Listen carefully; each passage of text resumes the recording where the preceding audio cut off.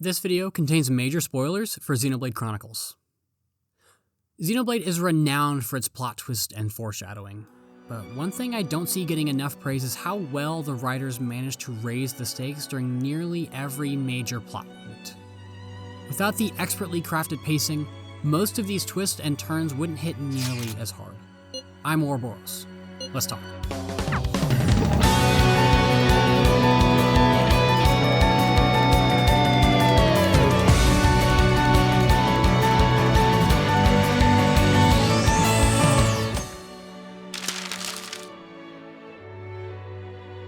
The opening sets up the stakes pretty well. Dunban is the hero who saved the Homs from the invading Mechon. His heroic last stand at the Battle of Sword Valley was enough to wipe out the last of the Mechon, but at the cost of his arm. Naturally, after such a big sacrifice, they have to come back. Fiora's death and the destruction of Kali 9 serve as a pretty simple jumping off point for Shulk and Rein. It's a simple revenge plot, but it's taken one step further when Metalface kills the Emperor atop Prison Island. Ravaging a Homs colony and assassinating the Emperor of the High Entia are two completely different things.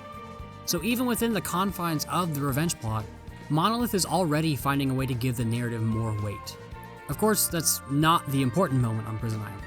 The revelation that Homs are inside of the face units is one of the most important plot moments in the game, and it changes everything. It's no longer a typical search for revenge. Shulk's initial goal of eradicating the Mechon would mean the death of Fiora and probably many more Homs. It shifts the entire purpose of the party. We've now shifted to a search for the truth, and not just for the party, but also for the player. We're digging through all of the information we've been given to try to piece together new ideas, reinterpret past cutscenes, anything to give us a clue into what's going on. The Mumkar reveal at Valak Mountain is probably the weakest plot twist in the game because most of us already put that together after Prison Island. There's just so many hints that were dropped. It does feel weird because it's really the only time in the game where the player has way more information than the party, but that wasn't supposed to be the twist here. The important part is the Egil reveal.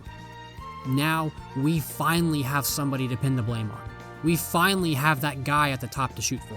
We finally have our big baddie. This is really the first time this has happened in the game. Metalface was always a recurring villain, but never really felt like he was the one in charge of everything. But Egil proudly states that he is, in fact, the leader of Mechonis. He scurries off to Galahad Fortress, and you encounter Mumkar for the final time. This is really where the party begins to acknowledge the change in the stakes. Shulk is the first person to bring this to the party's attention. Dunban was absolutely ready to kill Mumkar, but Shulk is the one to talk him out of it.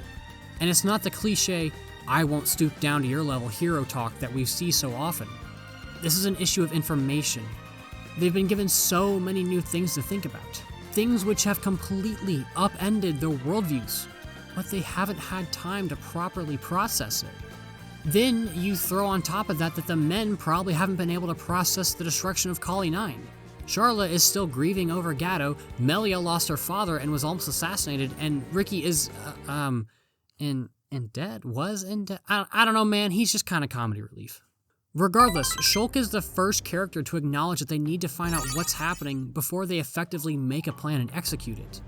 We do eventually fight our way to Egil, and we don't get what we want.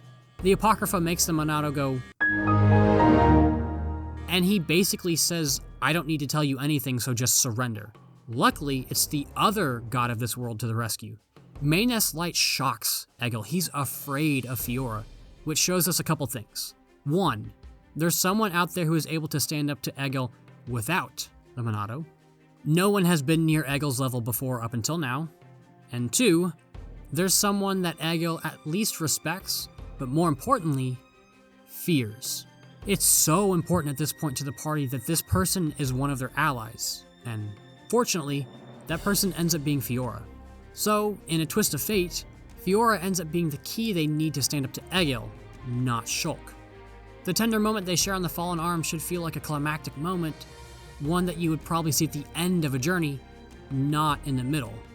And you do stay with them for a bit, but the story has to keep moving. The Machina are another way we see Monolith reshape the way we see the game. We see families, communities, personalities, culture. This is what Egil is.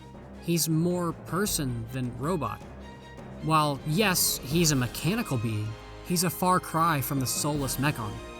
So we've gotten some answers, but now we have even more questions. What happened to Egil? Was he always like this? What triggered this? What is he hoping to gain from exterminating life on Bionis?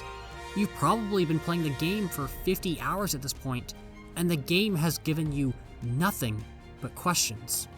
You do finally get some answers once you finally arrive at Agniratha. There's the obvious speech that Egil gives you, but the implicit environmental storytelling in the city is my favorite. After the fight, Egil calls Shulk Zanza, and this is the final hint that something isn't right. Since the beginning, there's been tons of hints that there's more going on. Alvis talking to a disembodied Zanza, Dixon saying that he feels bad for tricking the party, and Shulk having a Monado-induced seizure on the way to shut down the Apocrypha. Shulk even says, "What's happening to me?" It all comes to a head during Zanza's resurrection. At this point, the stakes literally cannot be any higher. You're fighting a literal god for the existence of the world. It's crazy how well Monolith manages to continually up the ante every single time. Every time you think you're going to be close to some kind of resolution, they throw a new piece of information at you or introduce a new character. It's one of the best ways to keep a player engaged and invested in the narrative. Do you remember those narrative arc diagrams we were all taught when we were younger? Xenoblade 1 feels like it's rising action all the way up until you defeat Zanza. So you basically have an hour of exposition, like 100 hours of rising action, and then like 20 minutes of falling action and conclusion. That's an insane ratio, and it shouldn't really work. We don't spend 100 hours focusing on Shulk seeking revenge against the Mechon or on chasing Egil. Those plotlines are all eventually resolved in order to make way for newer, higher stakes arcs. It's almost like a really well done version of narrative power creep. The order of these events do matter too. Fiora's reveal wouldn't have as much impact if we already knew Mumkar was in Metal Face. Mayness Light wouldn't faze us if Zanza had already returned.